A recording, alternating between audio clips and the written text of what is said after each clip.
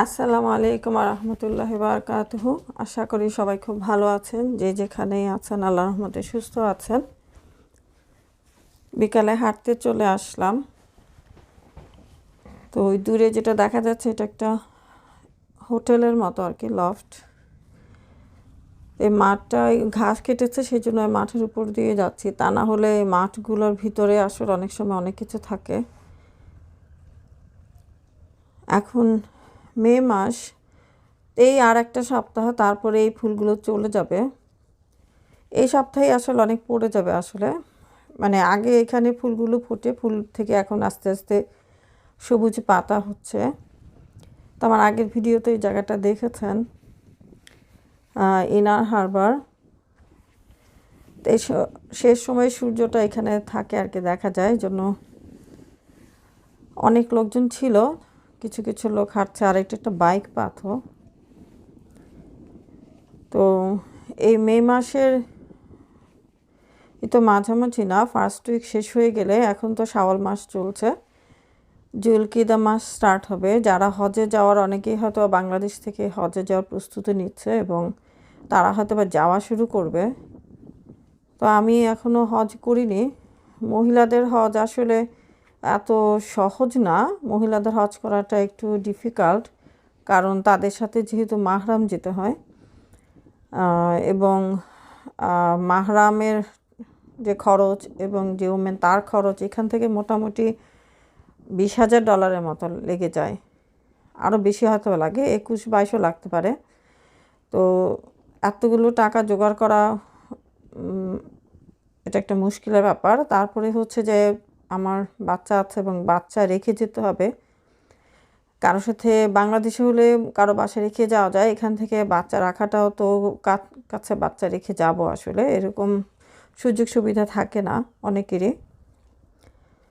তো দেখা যাক, আল্লাহ যদি কোনো দিন কপালে রাখেন তাহলে ইনশাল্লাহ হজ হবে।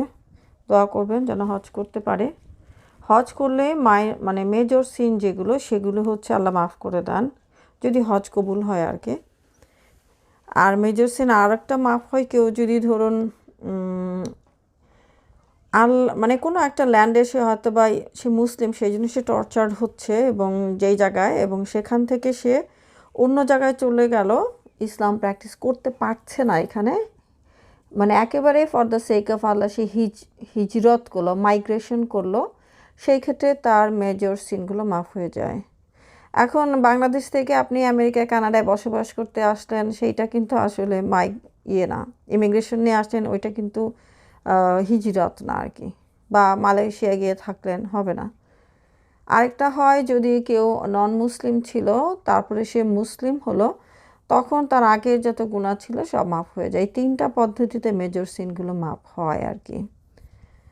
আর এছাড়াও যদি আল্লাহ তো আসলে যে কোনো সময় যে কাউকে মাফ করে দিতে পারেন, এটা আল্লাহর ইচ্ছা।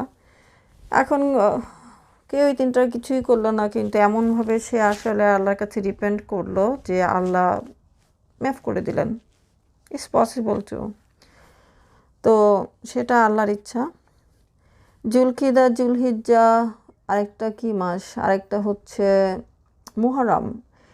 তো এই 3টা মাস কিন্তু সামনে, যেগুলোকে ইসলামে বলে সেক্রেড মান্থস অফ ইসলাম। এই মাসে যুদ্ধ বিগ্রহ করা নিষেধ। তো এই সেক্রেড মান্থস শুরু হবে এই বছর মে 9 বা 10 তারিখ থেকে খুব সম্ভব। তো এই মাসগুলোতে সমস্যা হচ্ছে যে গালাগালি, মারামারি, কাটাকাটি যাই আমরা করি না কেন, সেটার অ্যামাউন্ট ওজনে বেড়ে যাবে।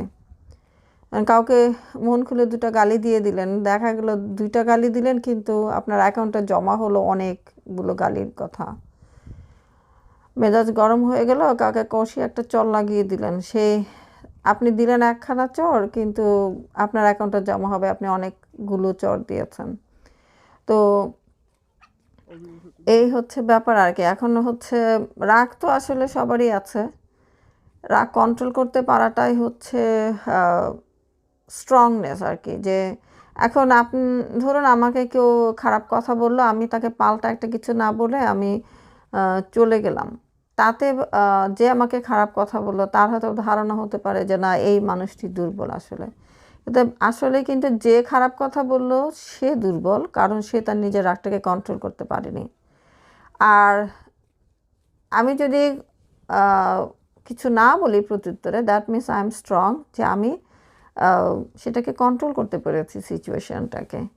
তো যাই হোক, আমরা সাধারণত দেখা যায় কেউ আমাকে একটা গালি দিলে আমরা দুটো গালি দিই, কেউ আমাকে এক চড় দিলে আমরা দুটো চড় দিই। তো এই হচ্ছে আমাদের মানে একটা মানে রাগটাকে আমরা আবার দেখাই আর কি, যাই হোক রাগটা যেন না দেখিয়ে আমরা কন্ট্রোল করতে পারি, সেটা হচ্ছে স্ট্রংনেস। তো এই 3 মাসের ভিতরে জুলকিদা, জুলহিজ্জা, মুহররম ব্যাড ডিডসগুলো অ্যাম্প্লিফাই করে, ওজনে বেড়ে যায়। আল্লাহ আমাদের সবাইকে খারাপ কাজ করা থেকে বিরত রাখুক, শয়তানের ওয়াসওয়াসা থেকে আমাদেরকে বাঁচিয়ে রাখুক।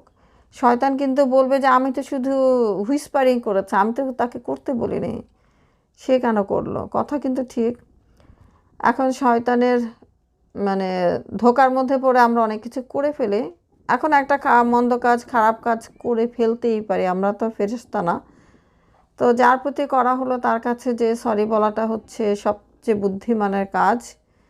যতক্ষণ শ্বাস ততক্ষণ আস, তা বেঁচে যতক্ষণ আছি ততক্ষণ আমরা অন্যকে যদি হার্ম করি তার কাছে মাফ চাইতে পারি, আল্লাহর কাছে মাফ চাইতে পারি। সবাই ভালো থাকবেন, সুস্থ থাকবেন, আমার জন্য দোয়া করবেন। এই ফুল দেখতে দেখতে নিশ্চয়ই সবাই খুব টায়ার্ড হয়ে গেছেন। তো আমি কিন্তু ফুল দেখে টায়ার্ড হচ্ছি না, আমার হাজব্যান্ড টায়ার্ড হয়ে গেছে, তুমি কত ফুল দেখো। কিন্তু এমন না যে সে কিন্তু নেমে খুব আমার সাথে হাঁটাহাঁটি করে, তা না, সে গাড়িতে বসে থাকে। তো আমি খুব জোর করে মুসাকে নামিয়েছিলাম যে মুসা একটু নামো, নেমে হেঁটে দেখো। তো বাবাটাকে একটু ছবি তুলে দিলাম। তা আমি চেষ্টা করি যে আমি যেটা এনজয় করি আমার বাচ্চাদেরকে নিয়ে, হাজব্যান্ডকে নিয়ে, পরিবারকে নিয়ে এনজয় করার জন্য। কিন্তু আসলে সব মানুষ তো সব কিছু এনজয় করে না। আসলে কেউ হয়তো বা ইউটিউবে কোনো একটা ভিডিও শুনতে ভালোবাসে, রাজনৈতিক আলোচনা, কেউ ফুল দেখতে ভালোবাসে। বিপরীত ধর্মী দুটো লোক মানুষ যখন একসাথে বসবাস করে তখন হয় আকর্ষণ হয়, নয় বিকর্ষণ হয়। সব সময় আকর্ষণ হয় না, অনেক সময় বিকর্ষণ হয়। তো সবাই ভালো থাকবেন। ফুল, প্রকৃতি, এগুলো আল্লাহর সৃষ্টি, মানে আল্লাহ আমাদেরকে এগুলো দেখার জন্য, উপভোগ করার জন্য দিয়েছেন, তাই না? যাদের মা বেঁচে আছে, আমার মা আছেন এখনও আলহামদুলিল্লাহ, এখানে মাদার্স ডে অনেক বড় করে পালন করা হয়। আমাদের প্রফেসর মুহাম্মদ সাল্লাল্লাহু আলাইহি ওয়াসাল্লাম বলেছেন যে আমাদের সবচেয়ে ভালো ব্যবহারটা কার প্রাপ্য? মা। দ্বিতীয়ত কার প্রাপ্য? দ্বিতীয়ত মা। তৃতীয়ত কার প্রাপ্য? তৃতীয়ত মা। চতুর্থ হচ্ছে বাবা। তো আমরা আসলে যখন ছোটোবেলায় বড় হই তখন এই হাদিস কোনো দিন শুনিনি, কেউ বলেনি। এটা অনেকটা যে মা হচ্ছে নেগলেক্টেড একটা প্রাণী। আসলে সবাই মায়ের সাথে ভালো ব্যবহার করবেন, আমার মায়ের জন্য সবাই অনেক দোয়া করবেন। ধন্যবাদ।